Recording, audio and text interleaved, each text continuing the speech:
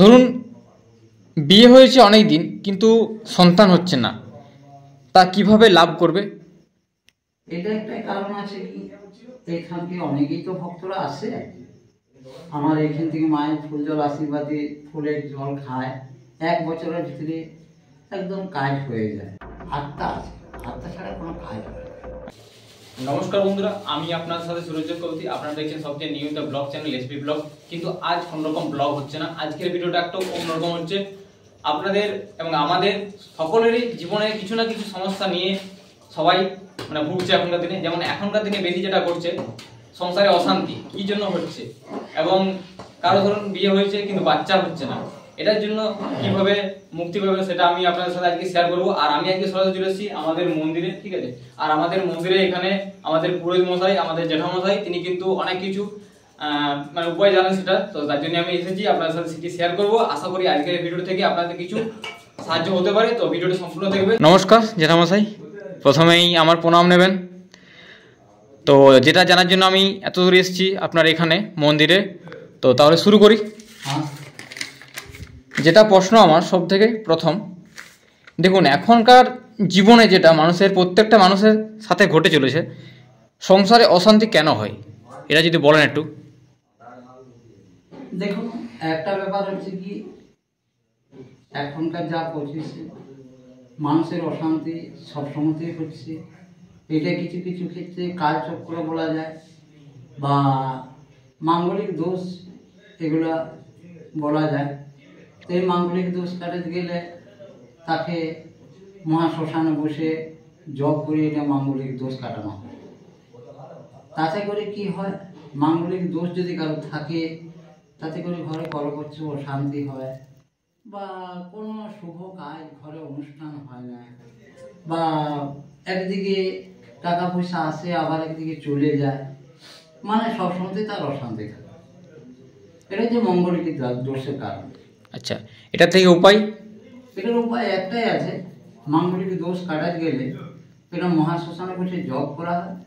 ওই জপ যখন করা হয়, মানে যজ্ঞ যাকে বলা হয়, ওই যজ্ঞ যখন করা হয় তাতে করে মায়ের একটা মহাশক্তি বা একটা মৃত্যুঞ্জয় কবচ যাকে বলে, সেগুলো সেখান থেকে জাগানো যায়। আচ্ছা, বিয়ে হয়েছে অনেক দিন কিন্তু সন্তান হচ্ছে না, তা কিভাবে লাভ করবে? এটা একটাই কারণ আছে কি, এখান থেকে অনেকেই তো ভক্তরা আসে আমার এখান থেকে মায়ের ফুল জল আশীর্বাদে ফুলের জল খায়, 1 বছরের ভিতরে একদম কাজ হয়ে যায়। বা এছাড়া এটার কারণ হচ্ছে কালসর্প দোষ যাদের থাকে, তাদের বিয়া করে বাধা হয়, ছেলেপেলে হতে চায় না, বা একটা জিনিস হচ্ছে কি, মনের শান্তি পায় না, টাকা পয়সা প্রচুর আসে কিন্তু মনের শান্তি না, তার সন্তানহীনতা হয়, বা এমনকি তার সমস্ত কিছু রোগ টোগ নানা রকম ব্যাঘাত আসে। তা এইটার বলে কালসর্প দোষ। আচ্ছা, এইটার কালসর্প দোষ কাটাতে গেলে এইটা মায়ের মন্দিরেও কাটানো হয়, বা ব্যাপারটা হচ্ছে কি, এটা আমরা মহাশ্মশানে কাটাই কালসর্প দোষ। এটা কালসর্প দোষ না কাটানো পর্যন্ত মানুষের বিয়ে শাদী, এগুলা চাকরি ক্ষেত্রে, সব ক্ষেত্রেই বাধা আছে, মানে যাকে বলে রবিশ ডাউন পর্যন্ত হয়ে যায়। আচ্ছা আচ্ছা, এমনকি কর্মক্ষেত্রে সে 2 পয়সা রোজগারও সে তখন বন্ধ হয়ে যায়। এটা কালসর্প দোষের কারণ। কিছুতে বিয়ে হচ্ছে না, বারবার বাধা আসছে, এটার উপায় যদি বলেন একটু। এটার উপায় একটাই কারণ আছে, এটা আমাদের এই মন্দির থেকে কিছু আমাদের কাজ করি বলতে গেলে এরকমই মায়ের আরাধনার ফুল, বা আরেকটা ব্যাপার হচ্ছে কি, যে এই জিনিসটাকে একটা যোগী বা গৃহশান্তি বা নবগ্রহ শান্তি, এইগুলো আনতে হয়। এইগুলো না করা পর্যন্ত এই কাজটা সাকসেসফুল হয়। আচ্ছা, এবার আমার পরবর্তী প্রশ্ন, দেখুন এখন ব্যাপারটা হয়েছে, এখন আমরা কিন্তু অনেকেই বিশ্বাস করি এবং অনেকেই বিশ্বাস করি না আত্মা। এই আত্মা জিনিসটা কি আসলে? দেখো, কেউ মানুষ চায় না মানুষ, কিন্তু আত্মা বলে একটা জিনিস আছে। আত্মা যদি না থাকে তাহলে কিন্তু কোনো কাজ হয় না। আর মৃত্যুর পর এই আত্মাদের জন্যে তার জন্য তাদের শ্রাদ্ধ শান্তি, গয়ায় পিণ্ডিদান বা গঙ্গায় হস্তি নিক্ষেপ এগুলো করতে হয়। এই আত্মা বা অপমৃত্যু যারা ঘটে তাদের আত্মার শান্তি পায় না। এটা কিন্তু পূর্বপুরুষ সব কিছু বয়স্কাল পর্যন্ত জানে। আত্মা বলে একটা জিনিস আছে। এই আত্মা হয়তো কি যারা সাধক পুরুষ তান্ত্রিক লোক তারাই জানে এই জিনিসটাকে। আত্মা আছে, আত্মা ছাড়া কোনো কাজ হয় না। এবারে প্রশ্ন হলো, অ্যাজমা বা হাঁপানি থেকে কিভাবে মুক্তি পাবো আমরা? দেখো, অ্যাজমা হাঁপানি একটা বিশাল রোগ। এই রোগ কি হয়, একটা ফুসফুসে বা হৃৎপিণ্ডের এটা একটা বিশাল রোগ। এইটা আমরা এইখান থেকে মানে আমি আর কি মায়ের ফুল জল দেওয়া হয় বা সেই ব্যক্তি কিন্তু সেরে যায় বা অনেকেই সেরে গেছে। হ্যাঁ, এটা কিন্তু সম্পূর্ণ ফুসফুসের রোগ। হ্যাঁ, অ্যাজমা হাঁপানি। আর এটা 1 মাস আমাদের এখান থেকে যে ফুল জল নিয়ে যায় 1 মাস খায়, তাতে করে ওদের হয়তো কি ওই নিয়ম আছে, কিছু কিছু নিয়ম আছে, সেই নিয়মগুলো পেটে চলতে হয়। নিয়মগুলো যদি বলেন একটু সামান্য। নিয়মগুলো যেমন অ্যাজমা হাঁপানি যদি কোনো মানুষের থাকে, তার ওই চিংড়ি মাছ, এই যে টক জাতীয় খাবার, অতিরিক্ত ঠান্ডা লাগা বা ধুমা বা ধুলা এগুলো থাকা নিষেধ সম্পূর্ণ করতে হয়। আর একটা ব্যাপার হচ্ছে, আমাদের এইখান থেকে কিছু যে ফুল জল দিই, অনেকে গিয়ে বলে দিই যে দেখো এইসব জায়গায় তোমরা খাবে না, মরার জাগর খাবে না, লাটকাটাগর খাবে না, আমরা এইসব বলে থাকি। তার কারণ হলো ওষুধ।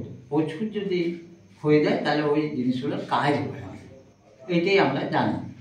হ্যাঁ, কিন্তু এটা 1 বছরের ভিতরে সেরে যায়। আচ্ছা, এবারে সবচেয়ে গুরুত্বপূর্ণ একটা কোশ্চেন আমার ক্ষেত্রে বলছি, রাগ জিনিসটা আসলে কি? রাগটাকে কিভাবে আমি কন্ট্রোল করব? রাগ একটাই জিনিস হচ্ছে কি, এটা একটা রাহুর দোষ।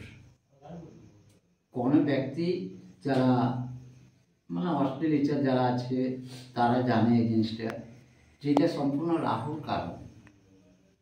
কোনো ব্যক্তির যদি সেই রাহু থাকে, তার অল্প এতেই তার রাগ হয়ে যায়, আবার রাগে এমন হয়ে যায়, রাগে মানুষের মৃত্যু পর্যন্ত হয়ে যায়। এইটার কারণ হচ্ছে কি, যে এইটা সম্পূর্ণ রাহুকে শান্তি করতে হয়।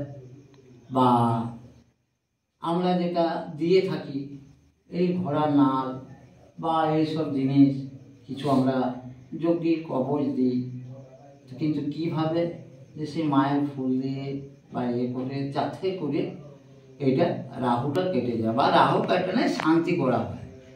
রাহু বা শনি এগুলো কাটানো যায়, কিন্তু শান্তি হয়।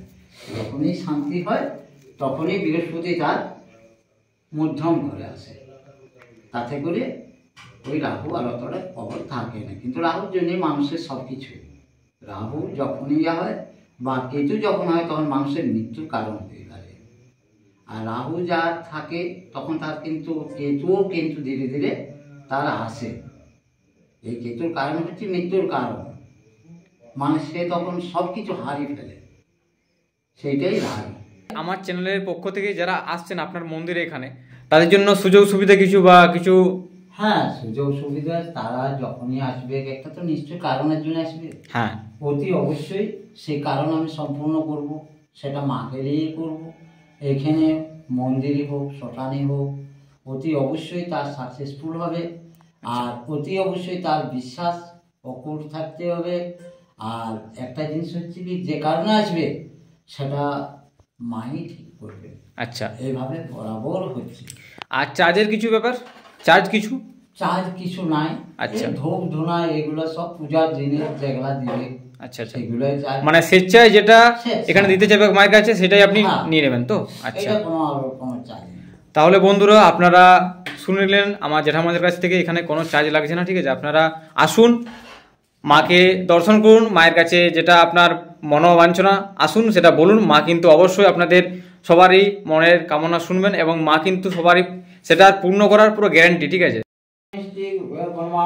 एतो शुचकामि सहस्र बिल्लवन्तो गां गणेशाय नमः एतो धूपो दीपो गां गणेशाय नमः एतो पनासलो गां गणेशाय नमः ओम खलवं